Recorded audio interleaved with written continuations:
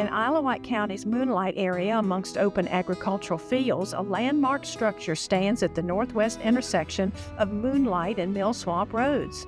Once serving as the cornerstone of this rural community, Cossie Delk store was the place for gas, bread, coffee, clothing, hardware, and more.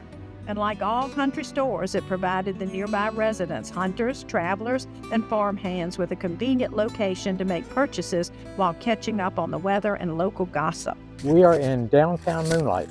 The structure behind me is the Cossie Delk general store. My grandfather built the store. Before the building was known as Cossie Delk store, it was operated by the Gwaltneys. James L. Gwaltney constructed the one-room building facing the intersection in 1925. Rural commercial buildings deviated in appearance from their urban counterparts at the turn of the 20th century. Instead of brick, these rural structures were constructed as vernacular dwellings of the period. This weatherboard-clad structure has a brick pier foundation and a central interior chimney. The roof is gable-clad and standing seam metal with exposed rafters under its eaves. The facade, dominated by a central entrance flanked by oversized windows, once featured a wood gabled shelter. For property owners, the ease and affordability of erecting such a structure allowed them to create a viable financial venture. With the addition of gasoline services to many country stores in the 1920s and 30s, there was guaranteed prosperity for those pursuing multi-purpose rural businesses like this one. Gas was sold during James L. Gwaltney and his son Kenneth's ownership. An important feature for the store was the signage advertising the gasoline brand and other noteworthy brands that could be found within.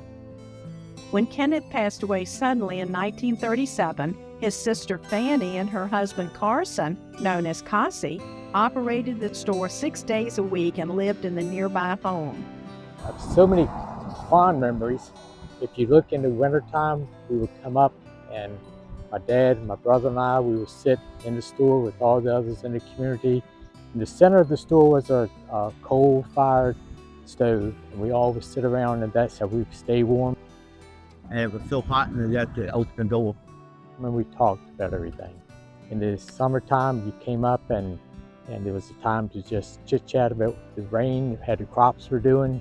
So just a lot of good memories there with the ones in the community. There was no talking of politics. It was what's happening up the road, who was sick, who was doing well, things like that. During World War II, civilians often volunteered at lookout stations to observe the skies or coastline for enemy activity. Cossie Delk volunteered for this duty at Aircraft Warning System Post 491, which was close to the store. The store itself served as a community collection location for scrap paper donated to the War Production Board Salvage Division's paper drive. Cossie was very supportive of his community. In 1960, his store sponsored Smithfield School's representative, Baby Farley Beaton, in the Harvest Festival Baby Contest. For the record, Farley won. The store, sometimes referred to as Delk's Grocery, holds fond foodie memories for many locals.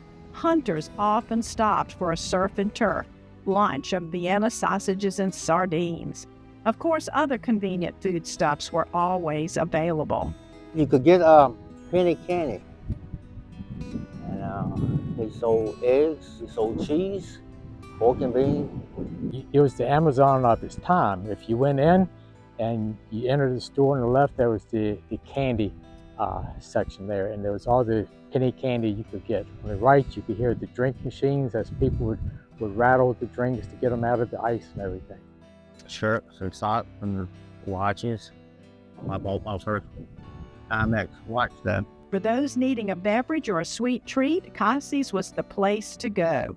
You could go inside, buy your drink for 10 cents, buy some candy for a penny a piece, or buy you some cup of mellow ice cream, go out, sit on the front porch on the bench, eat, and just sit back and enjoy yourself.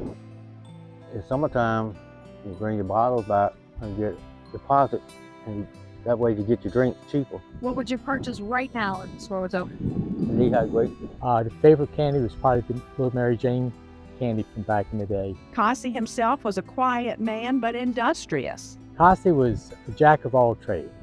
He ran the store. He would go out and he would pump your gas if you drove up and needed gasoline, but he would also drive the school bus. He was our school bus driver. So when it came time to run his route, he was stopping. His wife Fanny would run the store. He would go do the route, come back, run the store.